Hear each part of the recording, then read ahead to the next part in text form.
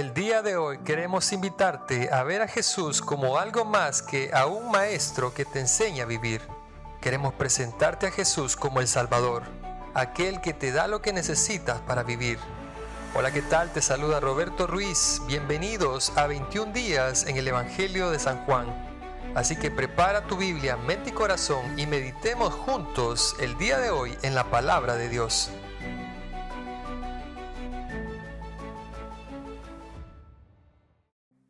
Dios les bendiga, mis hermanos. Qué grato es poder saludarles, especialmente en este tiempo en el cual hemos concluido con lo que es el desafío de los 21 días en el Evangelio según San Juan.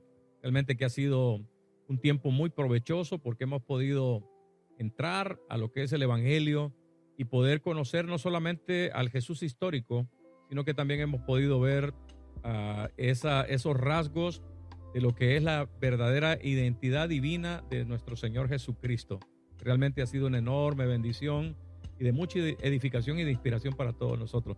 Felicito porque realmente han podido llegar al final de lo que es estos 21 días del Evangelio según San Juan. Arfa, ¿cómo estás? Pastor, Placer, Dios te bendiga. bendiciones. Contame, Igual. yo sé que ha sido toda una aventura espiritual esto, pero ¿cuál ha sido tu experiencia o cuál ha sido tu perspectiva de estos 21 días del Evangelio según San Juan? Bueno, primero, hermanos, Dios les bendiga. Qué gusto que estemos aquí compartiendo ya el cierre de este bonito reto que tuvimos. Bueno, a mí de manera personal ha sido muy inspirador y de mucho aprendizaje. Aprendizaje entre líneas, diría yo, porque normalmente nosotros podemos, como quien practica las vocales A, E, I, O, U, y aprenderlas tácitamente, ¿verdad? Así.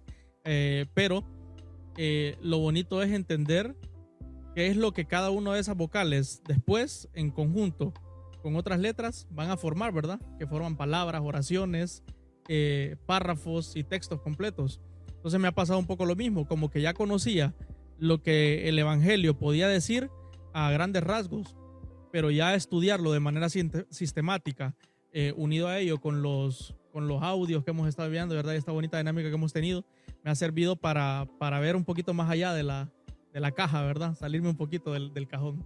Y ha sido interesante para mí. Realmente que incluso he podido interactuar con algunos hermanos de otras iglesias a quienes hermanos les han reenviado el audio, ¿verdad? Y esto también ha generado mucha expectativa a tal grado que el otro día me decía un líder de una iglesia: pastor, con eso nosotros estamos animados también a replicar esa experiencia porque nos gusta, ¿verdad? Y entonces yo creo que eso ha sido también un aporte. Yo creo que eso es lo importante de poder hacer una dinámica como esta, ¿verdad? Sí. Uno, nos ha permitido a nosotros poder descubrir todos los talentos que han estado escondidos, porque realmente hemos tenido audios que hermanos y hermanas han compartido y que realmente han sido, yo particularmente me he quedado sorprendido de decir, wow, ¿dónde estaba todo eso, verdad? Pero que ha estado ahí y que esto realmente ha sido una oportunidad también para que los hermanos puedan tener la oportunidad de poder exponer, hacer la reflexión, animar y motivar a otros hermanos para que puedan ser parte de esto, ¿verdad? ¿Le habrá servido algún audio para preparar la prédica? Hay algunas ideas que refrescan, ¿verdad? Yo creo que uno como predicador, pues siempre anda, por lo menos yo, siempre estoy atento, ¿verdad? Yo soy muy observador de las predicaciones, no tanto para criticarlas, ¿verdad? Porque yo entiendo que Dios usa en su infinita misericordia y bondad, Dios usa a las personas en el lugar de donde el Señor las toma, ¿verdad? Pero a veces o uno lo sorprenden porque uno de repente puede encontrar un tips, puede encontrar una idea que puede surgir de una reflexión de esa, y eso realmente abona, pues, ¿verdad? Y contribuye. Un enfoque distinto que de repente usted lo había leído de esta forma y yo lo había observado y tomo otro enfoque o una conexión con otro versículo y dice, qué interesante, ¿verdad? Claro, y yo creo que eso es lo importante, especialmente cuando uno puede hacer una lectura de manera sistemática, pero también de manera devocional y reflexiva, que nos permita a nosotros poder externar cómo el Espíritu del Señor va alumbrando el entendimiento, pero también cómo va poniendo las palabras necesarias para poder ir explicando. Muchos de los que están ahí en los audios y todo esto, no son personas estudiadas en el Instituto Teológico, ¿verdad? No podemos decir que son teólogos o que son exegetas, ¿verdad? Profesionales en el campo, pero ahí es la obra soberana del Espíritu del Señor de cómo puede utilizar a cada uno de nuestros hermanos, y esa es la bendición y la riqueza, pues, porque podemos tener ese aporte y esa contribución de esos dones y esos talentos que están ahí para edificación del cuerpo del Señor. Qué bueno, qué alegría. Y bueno, la verdad es que como lo menciona el pastor, ¿verdad? Y quiero hacer eco de ello, ha sido muy, muy enriquecedor el hecho de que, como ya lo dice él, muchos hermanos que ustedes los podrían ver en la congregación y casi no hablan, ¿verdad? Casi no hablan, casi no interactúan. Son personas, como diríamos normalmente, son calladitos, pero póngalo frente a un micrófono y denles un texto bíblico y sacaron a relucir todo ese talento, ¿verdad? Sí es. Sacaron a relucir todo ese talento. Sí, la verdad que ha sido una enorme bendición. Es más, estamos pensando de que en los próximos desafíos que podamos hacer a futuro, realmente podamos lanzarnos no solamente a la reflexión en audio, sino que podamos también poder hacer esto como un ministerio de video corto que realmente pueda hacer una contribución no solamente para la edificación de la iglesia, ¿verdad? De la Quinta, sino que también podamos compartir con otras personas para los cuales realmente puede ser una oportunidad no solamente de escuchar el Evangelio o de escuchar una reflexión determinada en algún libro de la Biblia, sino que también puede hacer luz y puede hacer inspiración para ellos. Bueno, qué bueno que hizo la aclaración que dijo, video corto, dijo. Y nosotros para hacer el primero que vamos a hacer, eligieron a malos candidatos, ¿verdad? Claro. Hablamos bastante, pero bueno, vamos a tratar de ser breves, hermanos. Vamos a ponerle un poquito de sazón a esto y vamos a entrar en materia. Hoy estamos en el último capítulo de nuestro reto de los 21 días en el Evangelio de Juan. Por ende, estamos en el capítulo número 21, ¿verdad? Hemos tenido ya todo este compendio de lecturas y de resúmenes que hemos hecho y ha sido realmente bonito, de lo cual estábamos hablando. Hoy vamos a hablar puntualmente y queremos hacer un pequeño resumen acerca de este capítulo 21 del Evangelio según San Juan, que funciona como un epílogo, como un desenlace bonito para esta hermosa carta, realmente, para este Evangelio, que tiene esos matices que se separan un poquito, al menos en la dinámica, en la escritura de los otros 3 evangelios, ¿verdad? Sí. Entonces, como una conclusión breve para dar paso a estudiar este último capítulo, una conclusión breve de todo el capítulo o de todo el libro, pastor. ¿Por qué Juan es así? Se siente ese matiz tan diferente. Bueno, la verdad que, bueno, Dios en su soberanía, ¿verdad? Y en la obra del Espíritu. Es más, se conocen los otros 3 evangelios, Mateo, Marcos, Lucas, como los evangelios sinópticos, ¿verdad? Eso significa, el término significa desde un mismo punto de vista. Pero Juan realmente que él, como dicen, se salió de la caja, ¿verdad? Se salió de la caja y tiene una perspectiva completamente distinta, aunque puede ser distinta, pero no estamos hablando de que hay una variante del evangelio, no. Sí. Porque Juan, de una manera magistral, él nos presenta a Jesús de una forma en la cual primordialmente, o el enfoque es presentarnos a Jesús como Dios en sus manifestaciones, señales de las cuales él hace, especialmente los 7 milagros que registra, como también en los yo soy, porque hay 7 señales, milagros que están registradas y hay 7 yo soy que se describen. Claro, ¿verdad? 7 yo soy, como yo soy el buen pastor, yo soy la puerta, yo soy el pan de vida, yo soy la luz, ¿verdad? Y entonces uno encuentra todas estas facetas que realmente se conectan con verdades eternas que vienen a respaldar lo que es la verdadera identidad de Jesús. O sea, vienen a revelar a ese superhéroe, ¿verdad? Que no usa capa ni usa máscara, sino que realmente, sencillamente, el Dios eterno ha decidido vestirse de humano, ¿verdad? Porque se humanó Jesucristo. Como dice el mismo Juan, ¿verdad? Hemos visto su gloria como la gloria del unigénito. Y eso nos permite a nosotros poder conectar a un Jesús histórico, pero también en un Jesús divino, el cual ha sido enviado para que todo aquel que en él cree no se pierda, mas tenga vida eterna. Hubo en los años del Señor Jesús y en ese primer siglo, un famoso historiador llamado Flavio Josefo. Flavio Josefo, sabemos que él era un varón judío. Si bien es cierto, no se identificó como cristiano en ninguno de sus escritos. Y Flavio Josefo describe, pese a no ser un hombre cristiano, él describe el ministerio de Jesús, y lo estoy haciendo a grandes rasgos, ¿verdad? No me voy a explayar tanto como lo hace Flavio, pero él dice, hubo en Jerusalén, en los días de Herodes, dice, un varón poderoso en palabra y en milagros, dice. O sea, como un hombre externo a la fe, a la religión, a este movimiento, si lo podríamos decir de alguna manera, que inició Jesucristo, completamente salido de ese entorno, él lo describe de esta forma. Entonces yo creo, cuando usted dice el hecho de la diferencia entre el Evangelio de Juan y los otros 3 evangelios, es como si lo pudiéramos decir, yo le digo, dibújeme esta Biblia. Y yo tengo a 3 dibujantes aquí, los 3 viéndolo de una misma perspectiva, pero Juan estaba viéndolo desde una perspectiva diferente. ¿Podríamos decir que fue algo similar? Sí. Sí, es un punto de vista distinto, y eso es lo que caracteriza pues el hecho de cómo se haya estructurado este evangelio de manera tan magistral, ¿verdad?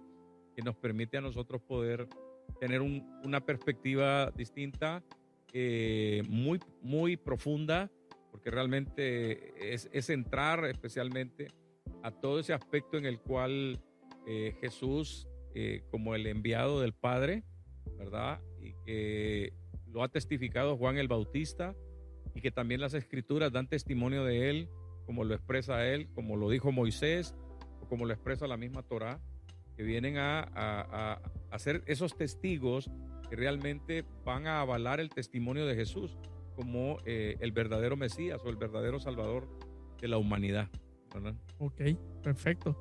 ¿Qué le parece si entramos un poquito en materia del capítulo, verdad? Entramos al capítulo 21. Si usted tiene su Biblia a mano, yo le invito a que usted la abra en el capítulo. Bueno, mira que aquí están 2 mundos, ¿verdad? Abra su Biblia, encienda su Biblia. Sí, así es. Ay, como lo ha dicho tantas veces, ¿verdad? Sí. Ok, dice el capítulo 21, inicia. Bueno, para hacer un poquito un resumen rapidito, ya en los 20 capítulos anteriores hemos visto todo el ministerio, lo que hemos hablado. Ya en el capítulo 19 y 20 vimos desde el 18 el arresto, la crucifixión, y en el capítulo 20 vimos la resurrección del Señor Jesús, ¿verdad? Esa resurrección maravillosa que es la centralidad de nuestra fe, ¿verdad? El apóstol Pablo dijo, si no hay resurrección, nuestra fe es vana, ¿verdad? Después de ese momento en que el Señor ya resucitó, lo sabemos por este evangelio o por este capítulo, ya el Señor se ha aparecido en 2 ocasiones a sus discípulos. En este capítulo 21 se va a aparecer por tercera vez después de que ha resucitado. Y comienza el capítulo diciendo, ¿me permite? Sí. Dice, después de esto, Jesús se manifestó otra vez a sus discípulos junto al mar de Tiberias, dice, y se manifestó de esta manera. Estaban juntos Simón Pedro, Tomás llamado el Dídimo, Natanael, el de Caná de Galilea, los hijos de Zebedeo y otros 2 de sus discípulos. Simón Pedro les dijo, voy a pescar. Ellos le dijeron, vamos nosotros también contigo. Fueron y entraron en una barca, y aquella noche no pescaron nada.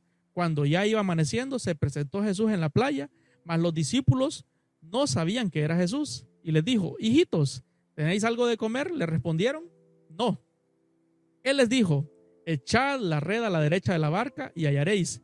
Entonces la echaron y ya no la podían sacar por la gran cantidad de peces. Nos vamos a detener en el versículo 6. Así es. Vaya detallazo, ¿verdad? Es interesante, y eso nos debe conectar especialmente al relato que quizás más ampliamente hace el doctor Lucas, el Evangelio de Lucas, capítulo 5, donde Jesús aparece caminando ahí a las orillas del mar de Genezaret, dice, ¿verdad? En Galilea, y la gente le apretujaba y se subió a una barca de 2 hermanos, de Simón Pedro y de Andrés. Y él estuvo ahí compartiendo la palabra. Luego les dijo a ellos que se introdujeran a mar adentro y de que lanzaran la red, ¿verdad? Pero ellos le dijeron, Señor, pero toda la noche hemos tratado de querer sacar algo y no hemos podido hacer nada. ¿Por qué hablo de esto? Porque miramos nosotros que 3 años después de ese episodio de Lucas capítulo 5, encontramos algo similar, ¿verdad? En este caso... un déjà vu. Exactamente, algo así. Encontramos a estos discípulos cuando todavía ellos no habían podido ver a Jesús resucitado, dicen, bueno, dice Pedro, voy a pescar. Interesante, porque después de la pesca milagrosa en Lucas capítulo 5, Jesús les dijo, ¿verdad? Yo os haré pescadores de hombres. Y eso también lo resalta Mateo y lo resalta Marcos también en ese sentido. Pero aquí encontramos nosotros que a estos, a quienes el Señor les había dicho que los iba a convertir en pescadores de hombres, han pasado por el proceso en el cual han visto a su maestro ser apresado, ser enjuiciado, y, ¿verdad? 6 juicios le vinieron a Jesús, 3 por parte de los judíos y 3 por los romanos, ser crucificado y ser sepultado. Y esa situación, a pesar de que Jesús había estado advirtiendo de que era necesario de que él fuera a Jerusalén y que tenía que morir y todo esto, pero parece que ellos todavía no habían comprendido ese aspecto. Y un Pedro aburrido, está sin qué hacer, ¿verdad? En el aposento alto, reunidos ahí, escondidos, no sé si por temor o por qué razón. Dice Pedro, bueno, voy a pescar. O sea, volver al oficio que había abandonado cuando Jesús le dijo, os haré pescadores de hombres. Y este capítulo 21, ¿verdad? Narra, como tú dijiste, algo similar, porque ellos se van a pescar, han estado tirando las redes y no han sacado nada. Cualquiera podría decir que son malos pescadores, ¿verdad? Ya les había dicho una vez el Señor a Jesús, no pescamos nada, Señor, y él les dijo dónde pescar, y vuelve a suceder. Sí, ¿verdad? Pero no, la verdad que hay temporadas, ¿verdad? Y hay épocas en las cuales realmente la pesca puede ser abundante y los pescadores que se dedican a eso lo entienden bien, ¿verdad? Esas épocas. Pero aquí tenemos esto y es interesante porque Jesús les vuelve a decir, primero les dice si tienen algo, ¿verdad? Que comer. Si tienen algo, les dice, y dice, no tenemos nada. Y les dice, bueno, ¿por qué no tiran a la derecha la red? Y la tiran, y resulta de que un enorme cardumen de peces vuelve a quedar atrapado en la red.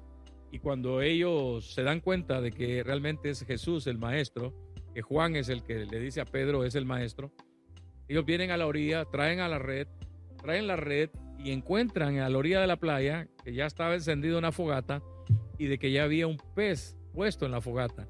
Y todavía Jesús les dice, miren, traigan de los que tienen ahí, porque bueno, ¿verdad? La verdad que eran varios y un pescadito no iba a ajustar para todos. Pero es sorprendente que uno pueda pensar, bueno, ¿de dónde salió ese pez? Y Jesús más bien les estaba preguntando si tenían algo. Bueno, es ahí donde podemos ver el poder sorprendente de Jesús, ¿verdad? En ese aspecto, en el cual, como lo dice la Escritura, lo dicen los evangelios, para él no hay nada imposible. O sea, para él no era imposible encender un fuego donde no había cómo encender un fuego. Y poner un pez donde no había un pez, porque no andaba anzuelo, no andaba atarraya, no lo había comprado en el mercado, era de madrugada. Pero Jesús tiene ese poder para hacer las cosas. Mire qué interesante y me gusta cómo lo describe usted. Yo me imaginemos la película un momento. Ellos están toda la noche pescando, haciendo fuerza con aquella red y de repente ven a lo lejos. Ellos no sabían quién era. O sea, ellos solo ven una persona que les habla. Más adelante la escritura nos dice más o menos a qué distancia estaban ellos de la orilla y ellos definitivamente ven a aquella persona a la orilla que les habla. Yo me imagino esto. Ellos de entrada no se dan cuenta quién es, sí. No lo saben y él les pregunta, ¿tienen algo que comer? No, toda la noche pescamos y no hemos pescado nada, no tenemos nada. Entonces cuando él les dice, echen la red de aquel lado y ellos lo hacen, claro, para nosotros está fresco, está vívido el recuerdo porque lo estamos leyendo en un par de líneas. Claro. Para ellos, como usted ya lo hizo la observación, ya pasaron 3 años.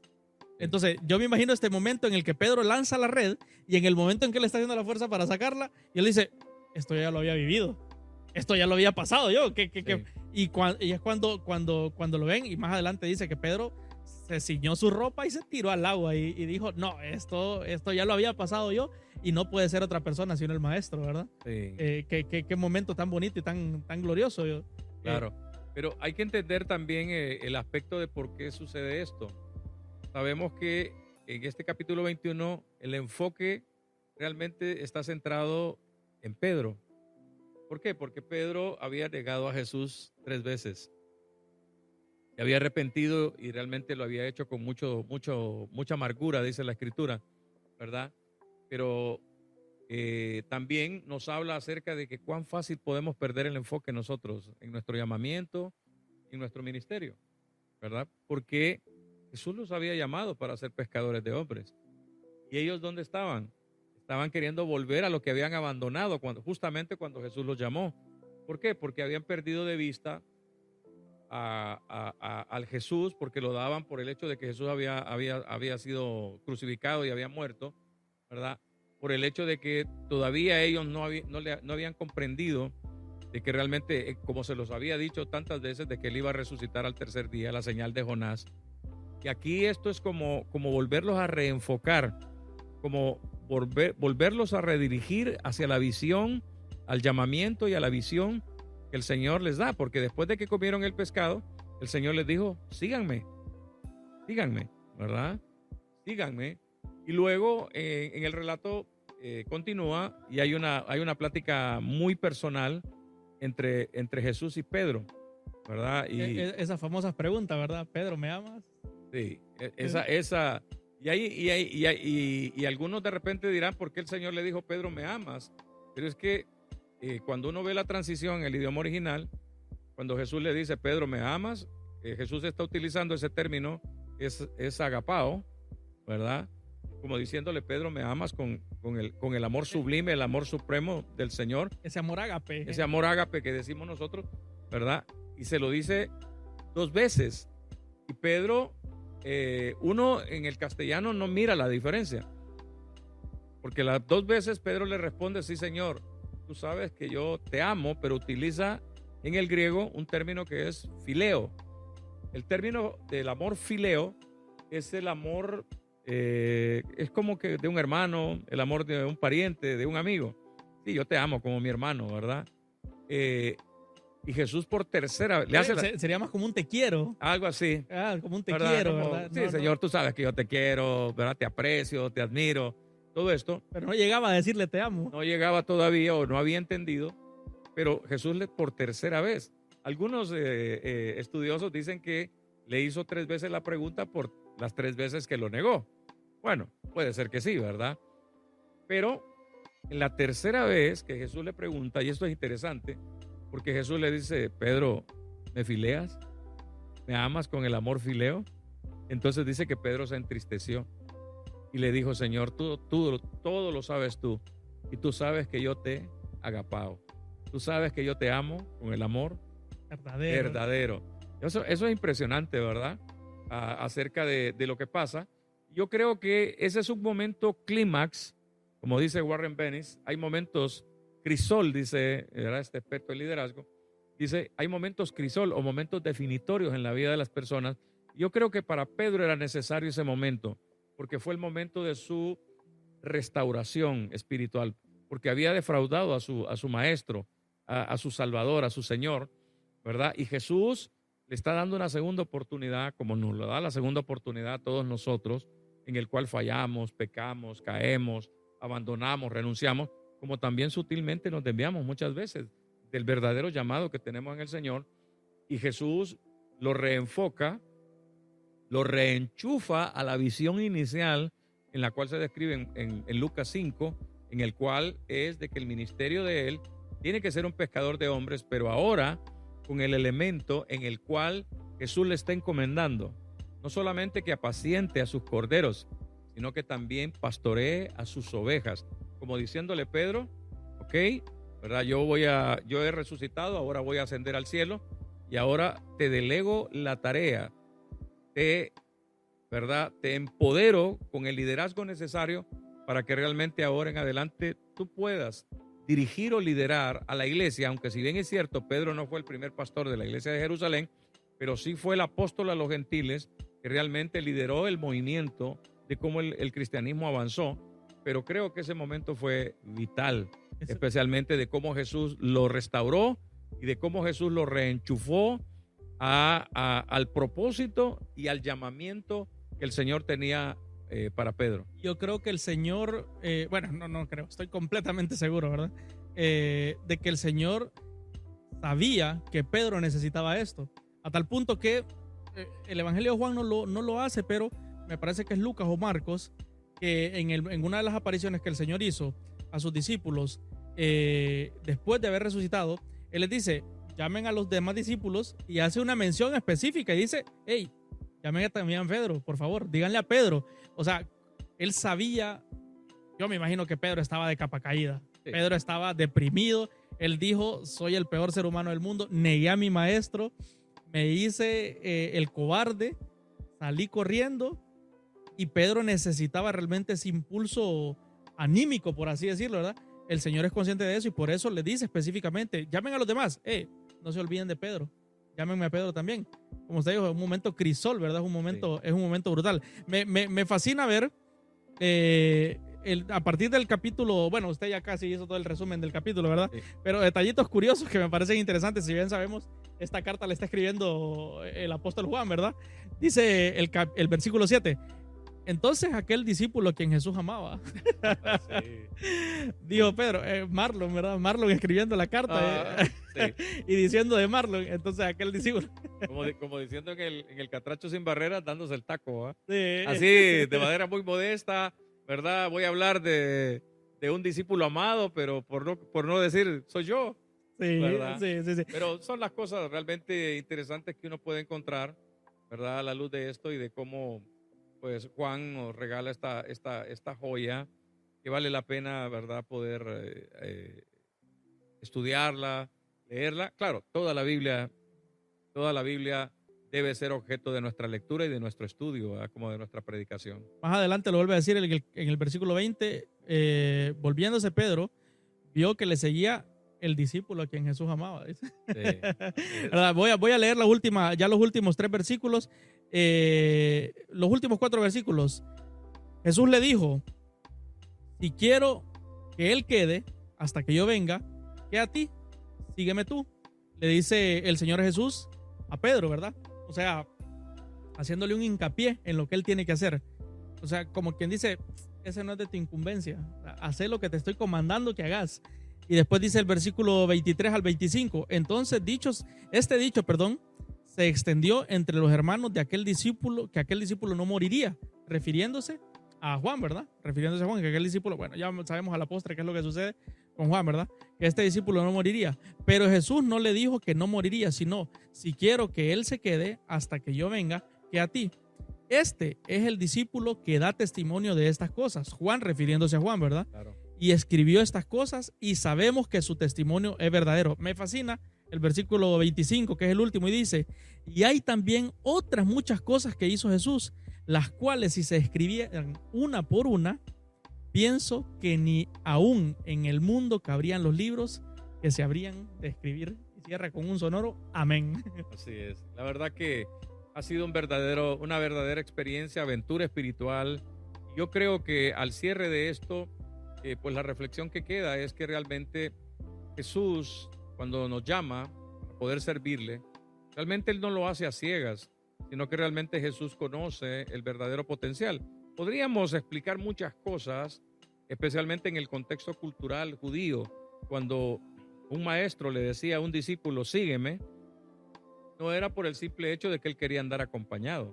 Es más, sino que eso era como el llamamiento supremo. O sea, lo mejor de lo mejor es el hecho de que un rabí te pueda decir, sígueme, ¿verdad? Ven y aprende de mí. Vas a ser mi maestro, te voy a tutorear. Te voy a mentorear, Ajá, te voy a tutorear y te voy a preparar para que tú seas un próximo maestro, rabino, ¿verdad? O apóstol del Señor.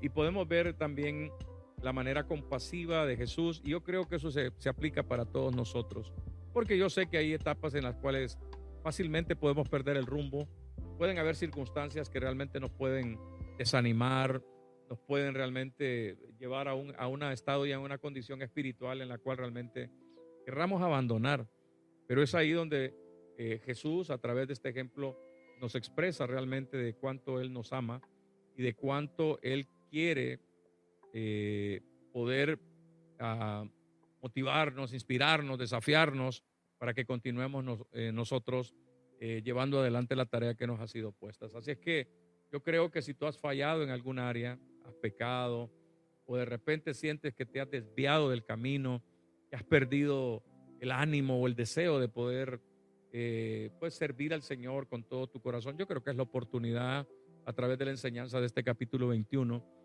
y hacerte la pregunta, ¿verdad? En nombre de Jesús, ¿me amas? ¿Me amas? pero no en el sentido de que me amas con ese amor fileo, sino realmente si ese amor ágape o ese amor agapao, como en el idioma original lo establece, si verdaderamente tú amas al Señor con todo tu corazón. Y yo quiero animarte y desafiarte al cierre de este desafío, para que realmente ahí donde estás puedas reflexionar acerca de esto y que puedas realmente, si el Espíritu del Señor te ha redarguido o el Espíritu de Dios te desafía, para que realmente puedas tomar la decisión de poder, ¿verdad?, reconectarte al ministerio, al servicio, al llamado, a desplegar los dones espirituales y que realmente puedas caminar paso a paso con tu maestro. Pastor, yo creo que para darle ya las palabras finales y como un cierre, yo solo quisiera hacer dos anotaciones. Definitivamente, como usted lo dijo al principio, este capítulo se trata de Pedro, de alguna forma diciéndonos todos podemos ser Pedro. Sí. A todos podemos ser Pedro. Hace mucho tiempo yo me preguntaba por qué Pedro, después de andar 3 años con el Señor y ver todas las cosas que el Señor hizo, al momento que Jesús es apresado, crucificado y muerto, Pedro vuelve a pescar. Pero ¿qué sucede después de que Pedro, por qué Pedro después de que el Señor resucita, Pedro se convierte en el apóstol Pedro? Ya no vuelve a ser Pedro el pescador, sino se convierte en el apóstol Pedro. Definitivamente la resurrección lo cambia todo, ¿verdad? Él lo ve resucitado y dice, era cierto lo que este hombre me dijo durante 3 años, era real, creo en él, y ahí se convierte en el apóstol Pedro. Esa es la anotación número 1. Número 2, ese versículo final que dice que no alcanzarían todos los libros del mundo, ¿verdad? Sí. Lo puedo conectar también con los 2 versículos finales del capítulo anterior, del capítulo 20. Y definitivamente ese es el resumen del Evangelio de Juan y el propósito de que nosotros leamos esta carta magna del Evangelio. Dice, incluso me fascina cómo lo titula esos 2 versículos en el Reina Valera, dice el propósito del libro. Sí. Así aparece. Versículo 30 y 31 del capítulo 20 dice, hizo además Jesús muchas otras señales en presencia de sus discípulos, las cuales no están escritas en este libro. Y lo que usted decía acerca de esta carta, pero estas se han escrito para que crean que Jesús es el Cristo, el Hijo de Dios, y para que creyendo tengan vida en su nombre. En verdad, yo creo que siempre recuerdo las palabras del doctor Adrián Rogers que dice, crea en milagros, pero confía en Jesús. Y yo creo que eso es el propósito fundamental del Evangelio. Así es que queremos felicitarte por haber llegado al final con nosotros de esta aventura. Han sido 21 días que hemos estado y, ¿verdad? Un verdadero alegría, gozo y regocijo de poder juntos terminar el capítulo 21 del Evangelio según San Juan. Así es que de parte mía deseo muchas bendiciones para ti. No sé si Arfa tienes algunas palabras finales para poder cerrar. Ha sido bonito realmente que se repita, sigamos haciendo esta dinámica. Ha sido muy bonito y ha sido una bonita experiencia, una grata experiencia para nuestra iglesia. Invitamos a nuestras iglesias hermanas a unirse a estos retos de lectura, ¿verdad? Y ver lo enriquecedor que esto puede ser. Gracias por la oportunidad, pastor. Un privilegio que podamos compartir hoy aquí este espacio, ¿verdad? Y ha sido una bendición. Que Dios les bendiga, mis hermanos, y nos vemos ahí, ¿verdad?, en la Quinta Iglesia Bautista Sinaí. Bendiciones.